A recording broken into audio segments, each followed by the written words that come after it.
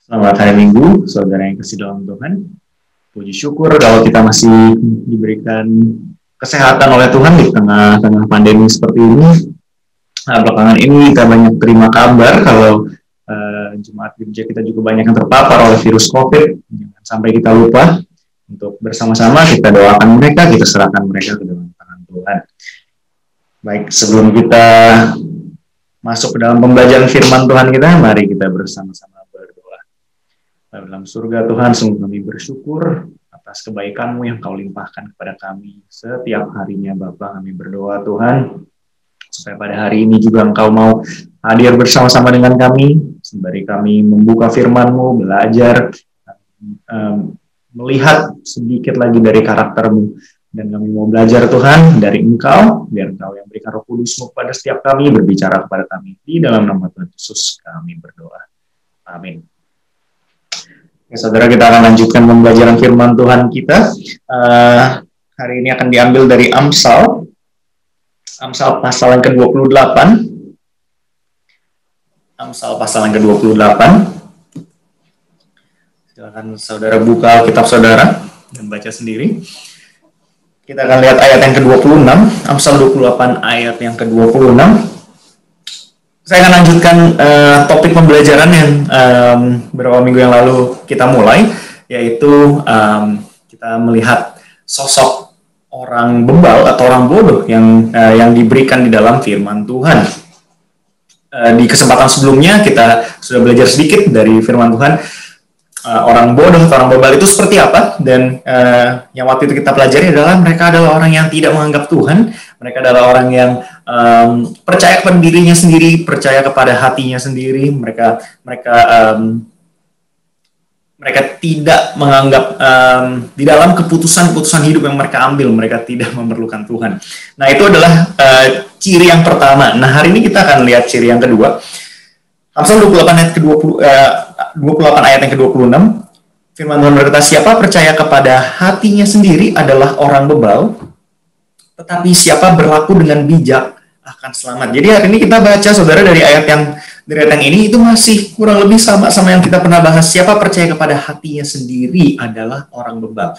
Nah, kita akan lanjutkan sedikit dari konsep ini. Apa yang terjadi kalau misalnya orang percaya kepada hatinya sendiri, percaya kepada pikirannya sendiri, dia percaya kepada dirinya. Nah, kita akan lihat beberapa ayat. Apa efeknya kalau misalnya orang ini percaya kepada dirinya, pada hatinya, pada pikirannya?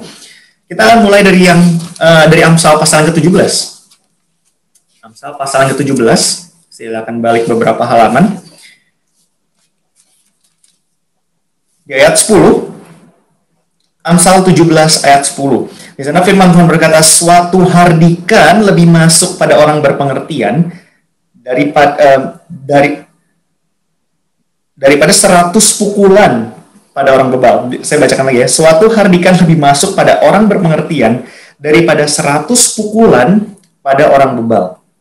Jadi sini firman Tuhan berkata kalau orang bebal itu, saudara, dia dikasih 100 kali pukulan pun, ya itu masih nggak masuk. Ya, kalau orang berpengertian, katanya dia diberikan satu hardikan 1 kali aja, dia langsung masuk, dia langsung mengerti. Nah, kalau orang bebal dipukulin 100 kali, kesalahannya apa? Itu dia masih belum nangkep, dia masih belum mengerti. Nah, itu yang pertama, saudara.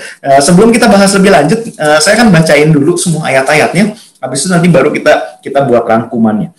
Amsal 23 sekarang. Kita sekarang ke pasal 23, ayat yang ke-9. Firman Tuhan berkata, jangan berbicara di telinga orang bebal, sebab ia akan meremehkan kata-katamu yang bijak. Nah, di sini nadanya kedengaran lebih kayak sindiran ya, saudara ya. Jangan berbicara di telinga orang bebal. Kalau misalnya kita ketemu sama orang bebal, kita jangan ngomong ke dia, jangan kasih tahu dia, jangan jangan nasihatin dia. Sebab kenapa? Kebiasaannya, wataknya orang bebal itu dia akan meremehkan kata-kata bijak. Dia akan meremehkan hikmat dan kebijaksanaan. Nah, itu kalau dari ayat pasal 23 ayat 9. Lalu sekarang kita akan ke pasal 26. Kita akan ke pasal 26. Kita akan baca ayat yang 11 dan 12. Firman Tuhan berkata, seperti anjing kembali ke muntahnya, demikianlah orang bebal yang mengulangi kebodohannya. Jika engkau melihat orang yang menganggap dirinya bijak, harapan bagi orang bebal lebih banyak daripada bagi orang itu.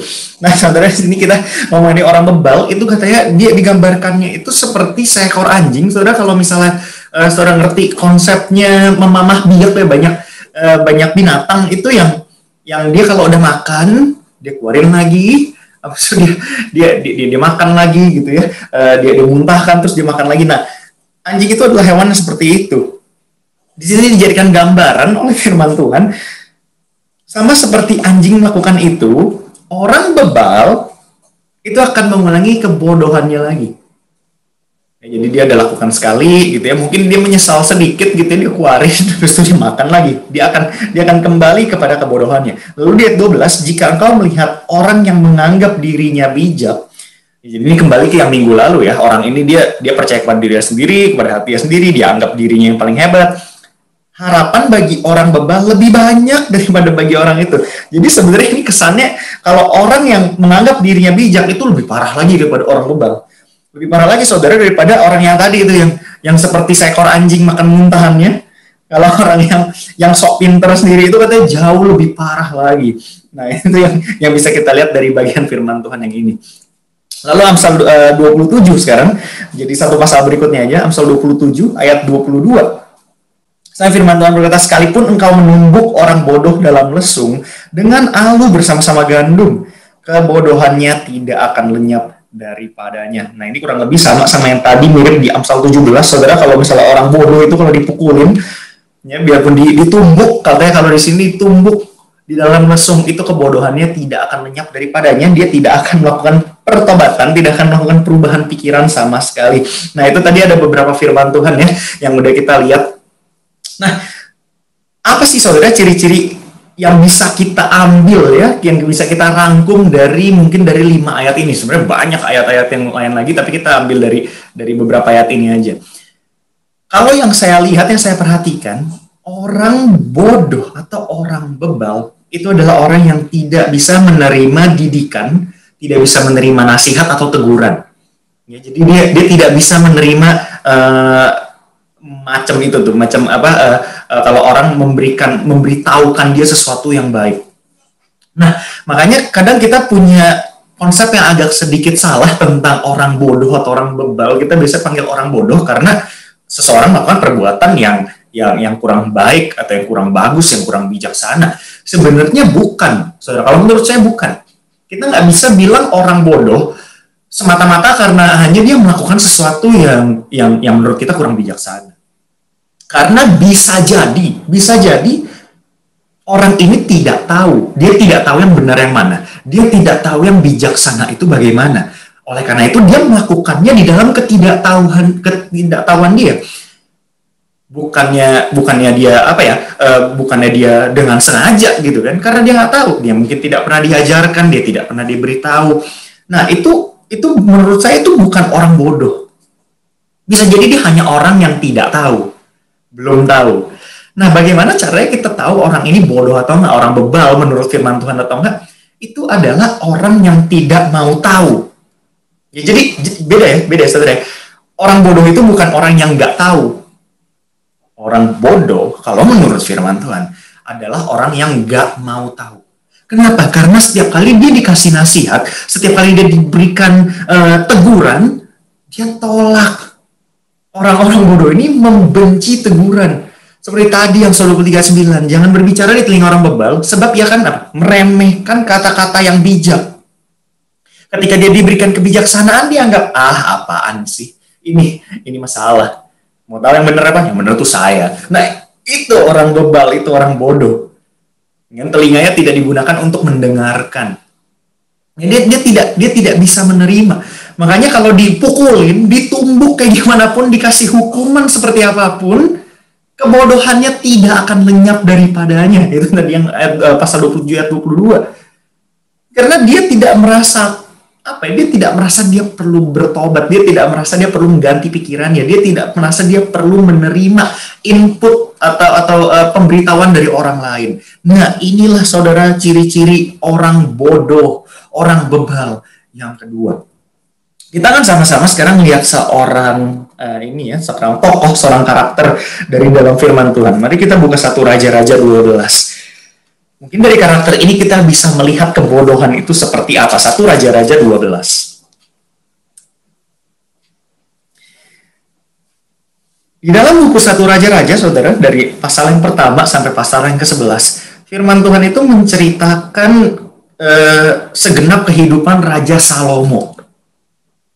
Yaitu dari 1 Raja-Raja 1 sampai 1 Raja-Raja 12. Nah, masuk di pasal 12 ini kita mulai beranjak dari kehidupan Salomo, lalu kita akan melihat anaknya, Rehabeam.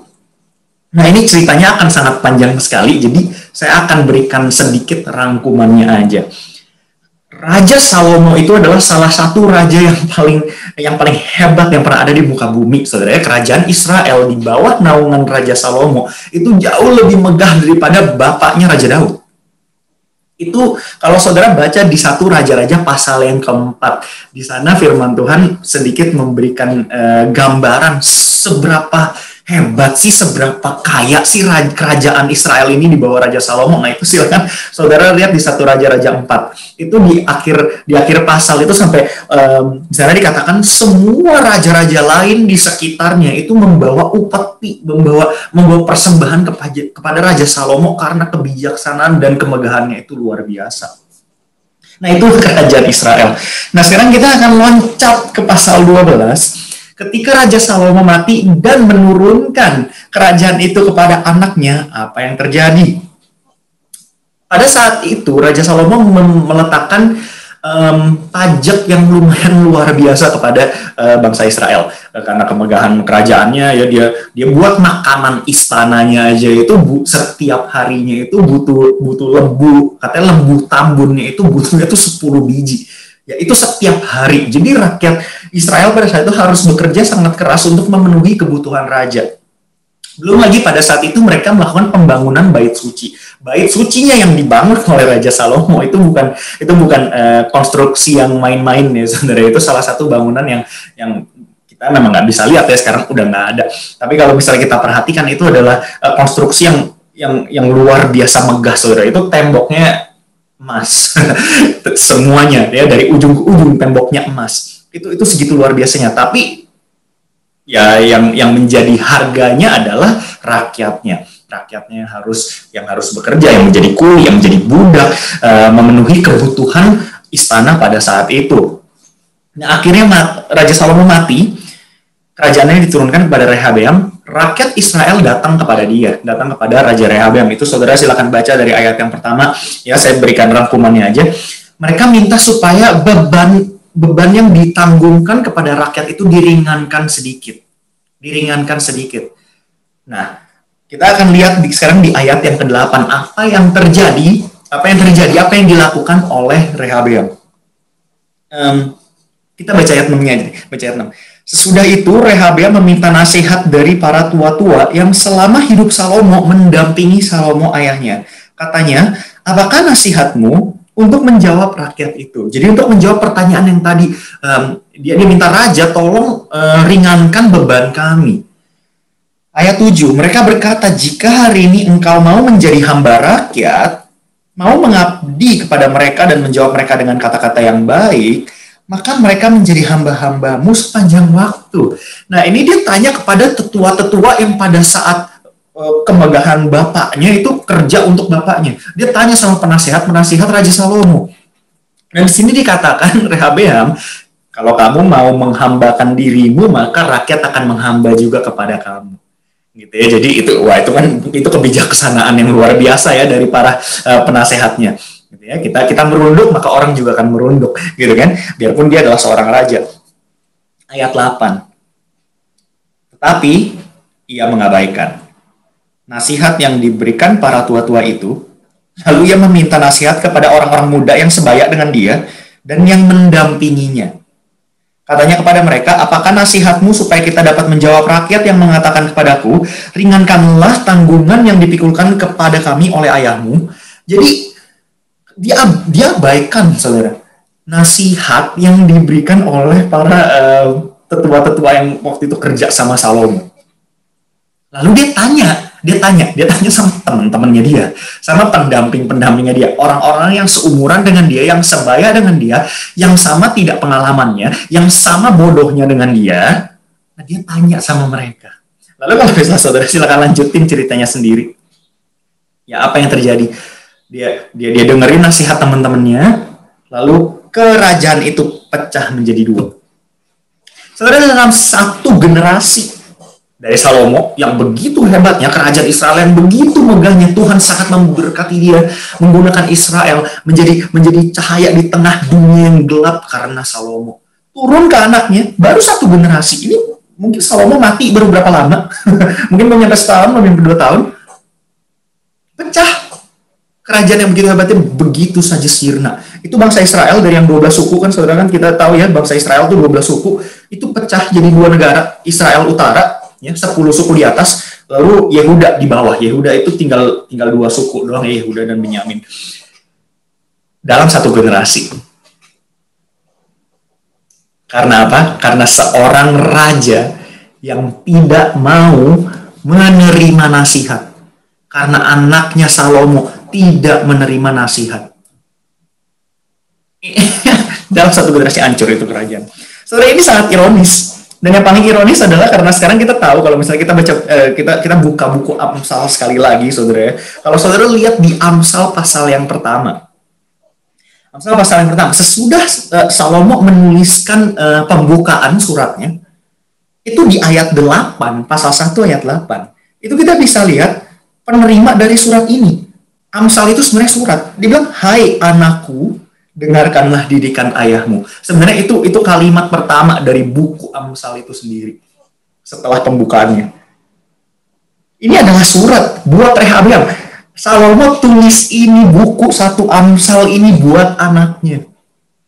Dan saya yakin mungkin sepanjang hidupnya Salomo dia pasti akan duduk kan bersama dengan Rehabeam gitu, mungkin dia dipanggil, didudukin, lalu diajarin, dikasih hikmat. Raja Salomo itu adalah raja yang paling berhikmat yang pernah ada di muka bumi. Tapi anaknya, dia masuk ke dalam kategori orang bebal, orang bodoh secara alkitabiah. Dia tidak menerima nasihat. Ya, ini segenap buku Amsal ini itu dibuang semua dari telinganya dia. Nah, ini sebenarnya kita bisa lihat ya kehancuran yang terjadi kalau misalnya seseorang ini bebal, seseorang ini bodoh, tidak menerima nasihat, tidak menerima teguran, tidak bisa dikasih tahu, tidak bisa diberikan hikmat kebijaksanaan. Saudara pernah ketemu dengan orang ini? Saudara pernah kenal, mungkin rekan di kantor, mungkin saudara atau teman. Saudara pernah ketemu sama orang tuh yang nggak bisa dibilangin, makanya kita panggil bebal gitu kan, orang nggak bisa dibilangin. Ya, nggak bisa dinasehatin, nggak bisa diajak diskusi gitu, nggak bisa. Kalau dia salah, kita kasih tahu dia, wah bisa galakan dia ya saudara, malah balik dia ngomelin kita mungkin gitu ya. Kalau kita buka kesalahannya, kalau kita tegur dia, ya kan? Mungkin kita pernah bertemu, kita pernah kenal dengan orang-orang yang seperti ini. Kalau kita berikan dia nasihat gitu ya, atau ceramahan, pasti ada aja bantahannya, pasti ada aja cara dia berargumentasi. Ini yang paling umum ya, ini yang kalau misalnya saya sendiri saya sering dengar gitu ya, bantahan orang kalau lagi diajarin nih, dikasih tahu, dibilangnya gini, bukan urusan kamu, gitu. Ya bukan urusan kamu, gitu ya, atau mungkin gak usah sok suci deh, itu ya jangan sok suci gitu. Atau ini yang paling lucu. Semua orang juga begitu, gitu. Semua orang juga melakukan itu, gitu. Jadi kalau dikasih tahu salahnya apa, dalihnya dia malah ya semua orang juga begitu. Jadi saya nggak apa-apa melakukan kesalahan ini. Nah ini adalah bantahan orang itu ada yang kalau dikasih tahu itu malah bantah, saudara ya. Dia nggak akan pikirin, dia nggak akan renungin, dia akan langsung bantah. Pokoknya dia nggak mempan aja kalau dikasih teguran. Dia nggak mempan aja kalau dikasih nasihat gitu ya. Dia resisten gitu ya sama hikmat kebijaksanaan. Mungkin saudara pernah ketemu sama orang yang seperti ini, atau mungkin saudara salah satu orang yang seperti itu. coba kita renungkan, coba kita ingat-ingat gitu ya. Apakah kita juga orang yang sulit menerima didikan, menerima teguran, menerima nasihat orang. Saudara pernah nggak menggunakan itu tadi bantahan-bantahan yang yang saya contohkan gitu, misalnya bukan urusan kamu gitu, nggak usah sok suci deh gitu. Atau nggak semua orang juga melakukan itu gitu ya untuk membenarkan diri kita sendiri. Saudara pernah mengucapkan hal-hal itu dari mulut saudara? Apakah kita termasuk orang yang seperti itu, saudara? Kita sebagai selayaknya kita anak Tuhan, kita orang Kristen, menurut saya ini adalah sesuatu yang jangan sampai ada di dalam kehidupan kita. Jangan sampai ini menjadi ciri-ciri karakter kita. Tidak bisa ditegur. Itu sangat berbahaya sekali. Karena sama seperti Rehabeam, saudara, yang dituliskan sebuah buku oleh ayahnya, kita juga dituliskan sebuah buku oleh bapak kita. Dan tentunya saudara pun tahu gitu ya, seperti yang sering kita bahas, firman Tuhan ini menjadi pedoman hidup kita dari ujung ke ujung. Ini adalah nasihat kehidupan yang diberikan oleh Tuhan. Kita sebagai orang Kristen layaknya adalah orang yang sangat rendah hati, sangat rendah diri, yang sangat justru kita sangat suka ketika kita ditegur orang, ketika kita diberikan nasihat, diberikan masukan oleh orang. Ya bukannya berarti kita harus memuaskan semua orang ya. Orang kasih tahu apa ya kita nurut aja. Bukan seperti itu. Seenggaknya kita cerna dulu, kita pikirkan dulu, kita analisa dulu gitu ya. Ini yang orang kasih tahu saya ini benar atau enggak? Seenggaknya seperti itu. Jangan langsung menolak, jangan memperlihatkan itu ya resisten gitu ya, kebal sama didikan, kebal sama teguran. Jadi ketika ada orang mau kasih tahu kita langsung tolak, kita langsung marah, kita langsung galak, kita langsung kuda-kuda bertahan ya, defensif gitu ya. Wah kenapa saya ditegur nih, emang siapa, dia kira dia siapa gitu kan. Jangan seperti itu. Kita ini adalah anak-anak Tuhan, harusnya punya kerinduan yang sangat tinggi, harusnya punya kehausan yang sangat tinggi untuk mencari teguran, diperbaiki orang, dikritik oleh orang. Kita lihat bagaimana cara kita membangun diri, bisa nggak nih cari kritik yang membangun untuk kita. Itu yang kalau menurut saya, yang saya lihat kalau misalnya kita tadi lihat firman Tuhan, seharusnya kita seperti itu. Jangan sampai kita seperti Rehabeam. Nah mungkin kalau misalnya saya bahasnya dari firman Tuhan gitu ya, kita harus taat sama firman Tuhan. Oke, mungkin ini saudara bilang, iya tapi evangelis kalau firman Tuhan ya tentunya saya taat gitu kan. Oke, saya juga yakin dan percaya kalau firman Tuhan saudara pasti tahu dan saudara pasti akan tunduk sama firman Tuhan. Nah bagaimana kalau misalnya kebijaksanaan dari firman Tuhan atau kebenaran atau nasihat itu dibawakan dari medium yang lain? Contohnya adalah orang-orang di sekitar saudara gitu kan, misalnya entah dari pendeta gitu kan, Musa, atau dari khotbah-khotbah yang saudara lihat gitu kan, atau mungkin dari teman-teman, dari rekan-rekan, dari keluarga. Nah, bagaimana kalau misalnya mediumnya bukan langsung dari Alkitab atau dari firman Tuhan? Apakah kita masih punya kerendahan hati yang sama? Saya mau kasih sedikit cerita ilustrasi aja ini dari pengalaman saya sendiri gitu. Secara kepribadian ya, saya mungkin pernah cerita ini. Secara kepribadian, saudara, saya adalah orang yang sangat argumentatif gitu ya. Kalau misalnya kita ambil tes kepribadian gitu kan, saya ambil tes kepribadian itu, judulan hasil saya itu adalah debater ya. Jadi tukang debat. Tuhan ciptain saya, saudara, untuk berdebat. Itu udah intrinsik di dalam natur saya sepertinya ya. Kalau misalnya ada saya melihat dunia ini sebagai olahraga intelek, saudara. Siapa nih yang bisa gue ajak debat nih? Itu saya seperti itu. Nah, celakanya itu kadang terbawa di dalam kehidupan sehari-hari saya, khususnya kalau misalnya sama istri saya.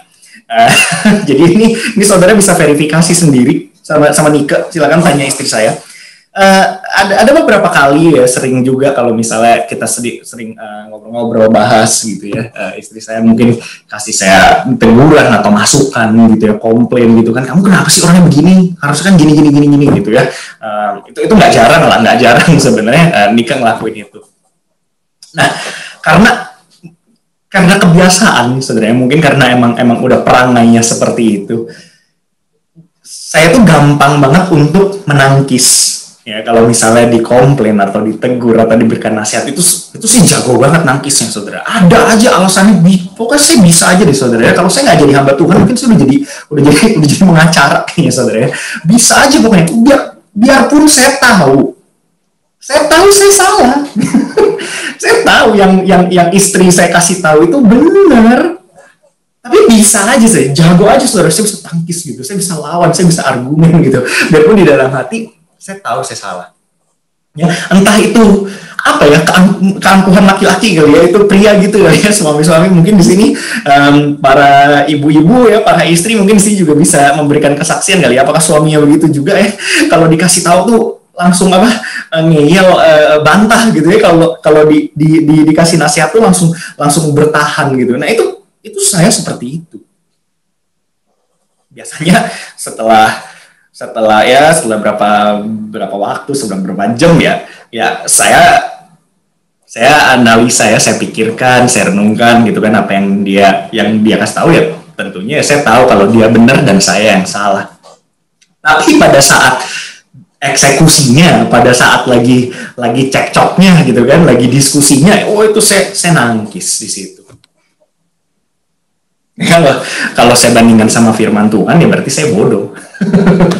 Ya kan? Kalau yang dari tadi kita bahas nih, ya kan, orang bodoh, orang bebal itu nggak mau dikasih tahu. Kalau dikasih tahu dia sangat defensif gitu ya, kuda-kuda bertahan gitu kan, dia langsung menolak, dia langsung garang, langsung lebih galak dia. Ya kalau saya begitu ya berarti saya bodoh. Saya sering bodoh, saudara. Jadi di sini bukannya saya bikin ini seri kita belajar tentang kebebalan, kebodohan, ini bukannya saya mau ngomongin saudara, enggak, justru ini karena dari pengalaman saya, ya kan, saya melihat ternyata bodoh sekali. Saya ini bodoh karena saya langsung menolak teguran orang. Nah, saya kasih contoh saya gitu ya, suami-suami, itu bukan berarti kalau istri itu boleh ya. Ibu-ibu, istri-istri juga di sini kalau misalnya dinasihatin sama suami, ya saya harap kita belajar untuk menerima. Ya, dinasihatin siapapun, saudara. Jadi poinnya hari ini adalah kita harus mulai merenungkan nasihat yang diberikan oleh orang lain. Ya, jangan langsung defensif, jangan langsung bertahan. Ini saya mau kasih contoh, mungkin ini contoh satu lagi ya. Ini juga baru beberapa waktu yang lalu terjadi soalnya. Sebuah fenomena yang menurut saya ini kayaknya lumayan sering ya di zaman sekarang. Bapak Ibu sekalian, kita sekarang hidup di zaman teknologi di mana manusia ini sudah sangat canggih sekarang ya dengan teknologi. Namun sayangnya dengan begitu, teknologi pun bisa dipakai untuk hal-hal yang kurang baik, hal-hal yang jahat. Nah, di media sosial zaman sekarang itu banyak sekali ya orang bisa menggunakannya untuk penipuan misalnya. Memberikan informasi-informasi yang palsu gitu ya, misalnya kayak bikin kayak itu video-video atau itu kayak surat-surat yang panjang gitu ya, message yang panjang yang tentang COVID lah, tentang obat-obatan lah, minum vitamin apalah, itu hoax gitu lah, saudara. Itu kabar-kabar burung. Nah itu sering banget beredar. Nah ini spesifik mungkin untuk jemaat yang lebih berumur, untuk Bapak Ibu sekalian yang mungkin yang lebih berumur. Ya, ini tolong coba kita pikirkan ya. Ya, saya lihat banyak banget kalau misalnya jemaat yang lebih berumur itu agak kurang bisa mengolah kebenaran dari pesan-pesan ini, dari informasi-informasi ini, sehingga sangat mudah sekali untuk mereka menyebarkannya, gitu ya. Dia terima apa? Oh ya, di video nih tentang COVID perkembangannya bagaimana? Oh, langsung dikirim ke semua orang. Nah itu sebenarnya menurut saya itu sangat berbahaya, karena kita tidak tahu seberapa benar informasi yang kita terima, ya, seberapa benar informasi yang kita sebarkan. Nah, di situ kita harus hati-hati. Kemarin ini yang terjadi adalah ini mama saya kirim di grup itu tentang pisang. Katanya makan pisang itu bisa menangkal COVID. Saudara, kalau misalnya pisang bisa menangkal COVID, maka dunia ini tidak akan menjadi seperti ini. ini, saudara. Pisang itu adalah buah yang sangat umum dimakan di satu dunia, gitu kan. Tentunya itu adalah hoax, itu adalah itu informasi yang palsu, gitu kan. Saya lihat dari cara mereka bikin message-nya aja itu nggak ada kredibilitas sama sekali. Nah, tapi kalau misalnya mama saya itu percaya, gitu kan. Waktu saya bilang, "Mam, itu hoax," gitu kan, itu palsu, itu bohong. Mama saya yang didebatin. Tahu dari mana? Kamu tahu dari mana ini salah? Bisa jadi ini benar. Saya bilang, ya itulah. Ya karena mereka suka gitu. Mungkin dengan pesan-pesan seperti itu suka gitu ya, memberikan sedikit harapan, tapi itu kan kebohongan. Kita ini kan adalah anak-anak Tuhan, jangan sampai kita menjadi sarana untuk menyebarkan kebohongan. Saudara-saudara, kalau misalnya saudara dikasih tahu gitu ya, mungkin sama anak gitu kan, atau sama orang yang lebih muda gitu kan, tentang bagaimana kita menggunakan teknologi ini. Saya sarankan mungkin saudara boleh renungkan dulu dan coba dianalisa gitu ya, apakah kita benar atau enggak. Saya tahu memang kadang tuh susah ya kalau dikasih tahu sama anak ya. Dari pengalaman hidup saya, kalau saya ngomong papi mami saya, kalau saya kasih mereka nasihat atau kebenaran gitu ya, itu nggak pernah diterima sih. Nggak pernah diterima sebenarnya, karena mungkin gitu kali ya, emang kodratnya ya, kayak orang tua itu nggak bisa dikasih tahu sama anak. Mungkin saya nggak tahu gitu ya. Tapi coba kita mundur sejenak, coba kita renungkan, apakah kebenaran, teguran, nasihat, apakah itu tergantung siapa yang kasih tahu?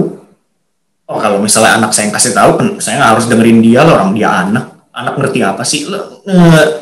Kayaknya nggak begitu deh. Ya nggak sih Bapak Ibu sekalian, kayaknya nggak seperti itu deh. Nasihat, teguran, kebenaran itu kan kita harus perhatikan, kita harus renungkannya itu kan dari faktanya apa. Nggak peduli siapa yang ngomong, nggak peduli siapa yang memberitahukan. Jangan sampai kita menolak teguran, menolak nasihat karena kita dapat dari orang yang kita anggap lebih rendah mungkin derajatnya atau pangkatnya, entah dari anak atau mungkin dari istri, dari anak buah di kantor gitu misalnya aja. Saya rasa harusnya kita nggak seperti itu. Ya, jadi ini contoh-contohnya ya yang paling relevan di kehidupan kita sekarang. Ya, bagaimana kita ini mudah sekali untuk menolak didikan, untuk menolak informasi yang benar, untuk menolak teguran, untuk menolak nasihat. Nah, ini jangan sampai dibiasakan. Jangan sampai dibiasakan. Saya yakin ini semua orang pasti seperti ini. Saya pun begitu. Makanya kita belajar sama-sama gitu kan, supaya kita tidak seperti itu. Orang bodoh, saudara, orang bebal. Kalau menurut firman Tuhan, ini nggak bisa dididik, nggak bisa ditegur, nggak bisa dikasih nasihat sama sekali. Coba kita renungkan, saudara ya. Kita lihat hidup kita belakangan ini, mungkin sebulan, 2 bulan, 3 bulan, mungkin 6 bulan, setahun. Kapan terakhir kali saudara menerima, ya bukan ditegur orang ya, tapi menerima teguran orang. Di mana saudara ditegur, gitu ya, atau diberikan nasihat, saudara renungkan, dan di situ saudara bertobat. Saudara ganti gaya hidup saudara, mungkin saudara ganti pola pikir saudara. Kapan saudara melakukan itu? Terakhir kali ada mungkin sebulan, 2 bulan ini, mungkin 3 bulan, 6 bulan. Atau saudara lihat ke belakang kehidupan saudara, gila, kayaknya saya udah bertahun-tahun nih nggak pernah menerima teguran gitu ya. Kayaknya saya udah bertahun-tahun saya hidup begini-begini aja. Tidak ada perubahan sama sekali, kehidupan saya sudah paling bagus, pola pikir saya sudah paling hebat, kebiasaan hidup saya sudah tingkatan yang paling tinggi. Saya nggak perlu teguran. Apakah seperti itu? Saya yakin setiap hari bahkan kan firman Tuhan sebenarnya mau memberikan teguran baru, mau memberikan pembaruan hidup buat kita. Ya, entah langsung dari Alkitab yang kita baca, atau dari khotbah yang kita dengar dari hamba Tuhan, atau mungkin dari orang-orang sekitar kita. Nah, celaka banget kalau misalnya kita lihat kehidupan kita di belakang, benar-benar gak ada sama sekali kita perlu melakukan perubahan hidup, gak ada sama sekali kita perlu menerima didikan. Wah, itu bahaya sekali, saudara. Jadi saya memberikan tantangan ini kepada saudara ya, memberikan renungan ini. Mari kita renungkan, mari kita tantang diri kita. Apakah selama ini kita sudah membatu, sama sekali gak sensitif sama nasihat, sama didikan, sama hikmat kebijaksanaan? Nah, kalau misalnya itu sudah terjadi, saudara, mari kita rendahkan hati, kita rendahkan diri sama-sama, saya juga gitu ya, untuk kita dapat hati yang baru, hati yang lebih sensitif, yang lebih mau dibentuk, yang lebih mau diubahkan. Nah, saudara, saya nggak akan terlalu panjang lebar, jadi kita hari ini segitu aja. Jadi ini deskripsi yang kedua ya, orang bodoh, orang bebal. Ya, tidak mau menerima didikan. Ya, semoga itu bisa menjadi berkat untuk saudara. Mari kita sama-sama masuk dalam doa.